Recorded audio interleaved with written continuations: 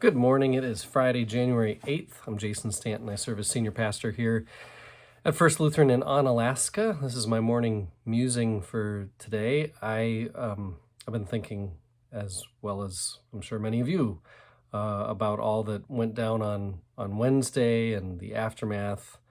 Been thinking about what it all means, how to talk about it, how to think about it, how to feel about it. And, just like everybody else, I do that thinking and talking and feeling in the midst of the work that I do.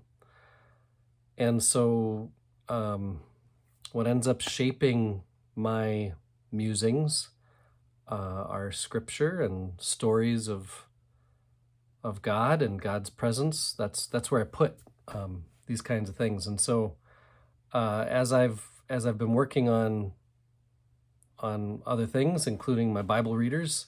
One of the Psalms we read for today, actually, I read it yesterday, Thursday.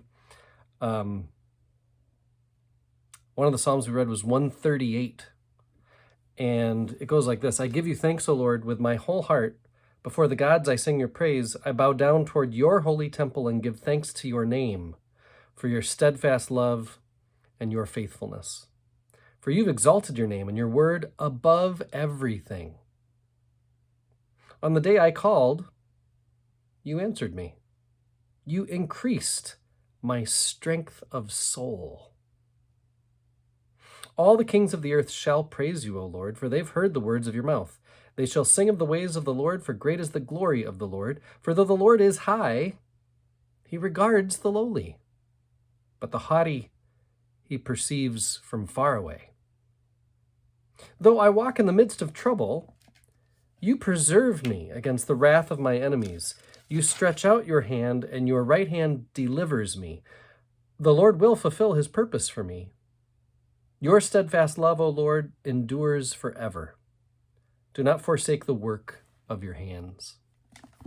And as I prayed about that one, as I read a commentary about that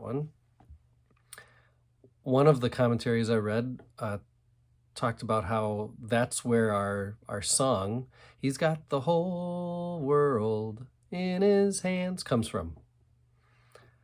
It's a song that's come to mean a lot to First Lutheran over the years, because it's a song that we use to lift up and give thanks for the work that God gives us. So we'll typically celebrate, for example, when we get close to Christmas, we celebrate those who work in retail. There's a time every year when we give thanks to God for those who work in healthcare. And so we'll have a verse, the doctors and the nurses. Every March, we typically give thanks to God for CPAs and accountants are in God's hands. Tax preparers are in God's hands. So when I thought, oh yeah, this is based on a psalm, of course. That idea, I mean, if you read Psalm 138 again, because I've read it a few times now in the last couple days, it does give strength to my soul, and my soul needs that right now. So I've written a couple extra verses. COVID nurses and doctors are in God's hands. Teachers and their students are in God's hands. Exhausted middle-aged parents and everybody else are in God's hands. He's got the whole world in his hands. McConnell and Pelosi, Biden and Trump are in God's hands. Republicans and Democrats are in God's hands. Our fractured country is in God's hands. He's got the whole world in his hands. And then this verse came from the stuff in Kenosha that, those of us in Wisconsin, I know we've been watching and waiting for what's going to happen there.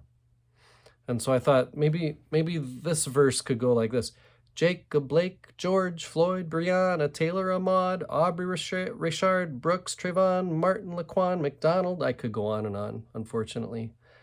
They're all in God's hands. Police and Black Lives Matter are in God's hands. Black and white, love and hate, fear and hope.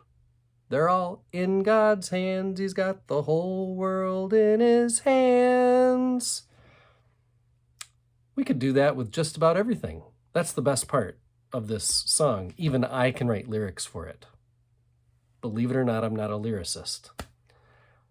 But as I see and feel all the stuff this week, I have found that he's got the whole world in his hands is a good container to put it in. Keep faith alive.